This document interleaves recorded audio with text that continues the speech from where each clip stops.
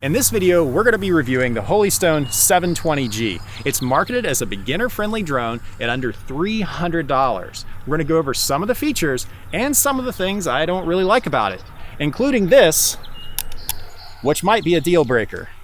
So let's go ahead and get it in the air.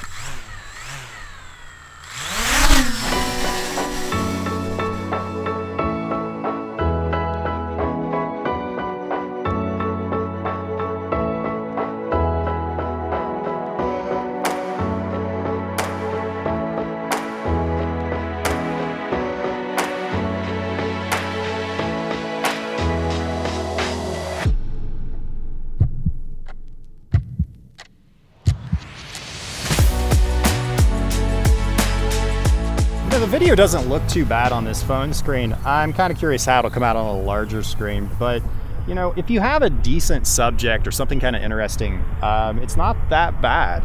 You know, one of the things on a high-end drone like the Mavic 3, it has this zoom lens, which the reason I bring that up, it has a really small sensor and we kind of gave it as a negative. But the fact is, when you use that the right way, aka a lot of motion or parallax, that cheaper camera is actually really great. So a lot of this has to do with your subject and where you're going to be flying. So one of the things I noticed right away with this drone is there's a pretty serious delay.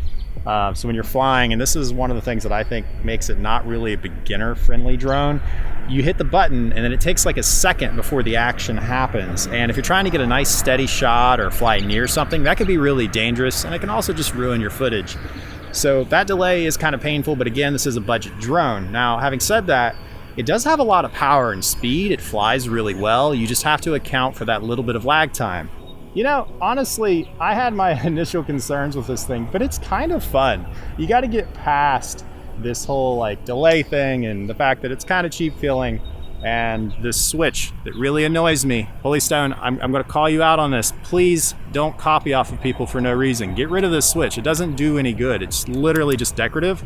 I would rather see you invest in making the drone better than making a switch that doesn't do anything. It's more of a marketing gimmick, which is kind of crappy. All right, so this shot, we're gonna actually just lift straight up and kind of do that reveal. One thing I noticed is it doesn't actually tilt the gimbal 90 degrees down. It's on a little bit of an angle, which is a little frustrating, but I think it'll be okay for most shots.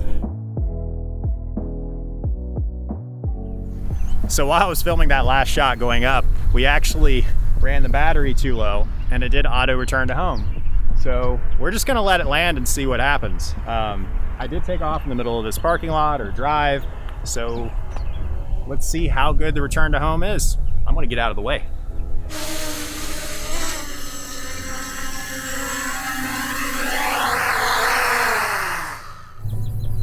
So that was actually really impressive. I wasn't sure how well the return to home would work. It landed within a couple feet of where it took off from, and for a budget drone, that's surprising. Drones like DJI are known for their return to home and all their safety features and the automated flying, and other companies aren't usually known for that as much. However, on this one, they kind of nailed it. So that was a fun flight. We're gonna charge this thing up, go to a new location, and see what else we can get.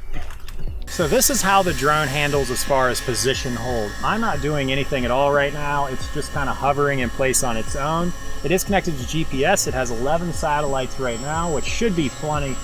It's drifting a little bit. You'll see it kind of go on its own. So you definitely don't want to leave this unattended for very long.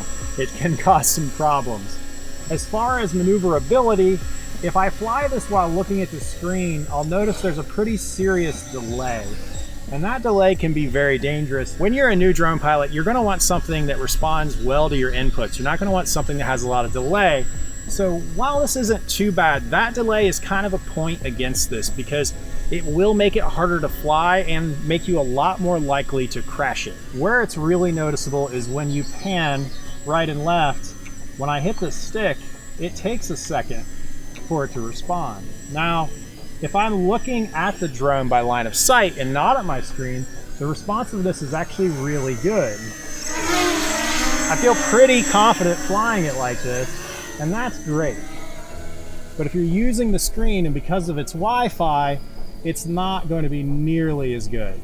So I flew the drone away and it's saying the battery only supports the drone flying in 98 feet of altitude or 328 feet of range. And for some reason, I don't have any more stick control.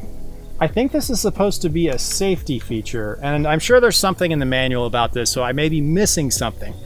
But I want to point this out again. This is a beginner drone, and you don't always understand everything that's in the manual. It makes me a little bit nervous that this thing just kind of has a mind of its own. Like, I can't do anything. I have no control over the drone. There it is. So after kind of moving the sticks, I'm able to get it to come down. Now, the problem I see with this, once I got it down, I have control again. But the problem I see with this is I'm flying around trees, and had these trees been over in that field, this would have crashed. There's nothing I could have done to bring the drone back because I would have had to bring it straight down into trees. So I don't know what that is, but Holystone, you need to look at that on the app or whatever's doing that. That's not okay. That causes problems. I was just flying at 1/3 battery. It showed 2 bars on the battery meter, and the drone decided that it had a low battery and immediately set itself down.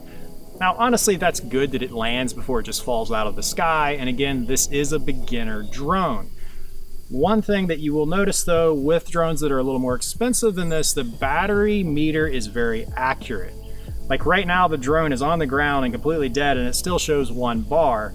It doesn't give me a percentage, amount of time left, or anything like that. And again, this is a budget drone, so that's not really to be expected. However, when you compare this to the DJI Mini SE, and this is the biggest downfall to the HS720G, the Mini SE is only about $50 more than this drone.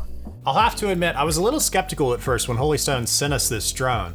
I'm used to flying things like the Mavic 3 and other FPV drones and the older Mavic series, and those drones have pretty high standards. Now, this drone is substantially cheaper at only $250, and it does have some flaws, like the GPS letting it drift just a little bit, but at least it does have GPS. And the fact that when the battery gets low, it doesn't tell you the exact level, and then it kind of locks you into a certain height and distance, which is a little finicky. The other thing we noticed is when you're panning or orbiting around a subject, it's so hard to control the stick smoothly that it's a little jumpy when you do that. Now, there is a tracking and a locking feature, but from our experience, it didn't work good enough to really highlight it as something as a selling point. However, this thing was a lot of fun to fly. It's actually really fast, and it's really agile, especially when you're flying via line of sight. Now, when you use the Wi-Fi signal and look at your phone, there is a delay there, which is a little tricky, but you get used to it over time. It also charges pretty easily using a USB-C, which means you can just charge it in your car without buying extra accessories. It has a return to home feature, which worked really well, honestly, to my surprise. Now, I don't know if I would rely on it entirely, but hey, it worked. And it has the added bonus of having a really nice case with it. Now, one of the other things I want to point out about this drone that does give it an advantage over DJI is the fact that it has no geofencing. See, DJI has their own systems in place that will not let the drone fly in certain areas and require you to unlock it, and at times you can't unlock it at all. Now, that's a good feature for a beginner, honestly, because it keeps you from flying by accident near an airport or somewhere where you're not allowed to fly. But if there's an error in that system, you'll be really frustrated when you find out you can't fly. This drone will allow you to fly there. So overall, I think it's a pretty cool drone. For $250, you really can't go wrong. So as promised, we are giving away this drone here in the US. All you have to do is follow us on Instagram at Cliff and Cajun, leave a comment on this video as to why you like this drone and why you want to win it, and subscribe to the channel. So good luck, and in the meantime, YouTube thinks you're gonna like this video, so you should check that out now, and we'll see you in the next one. Thanks.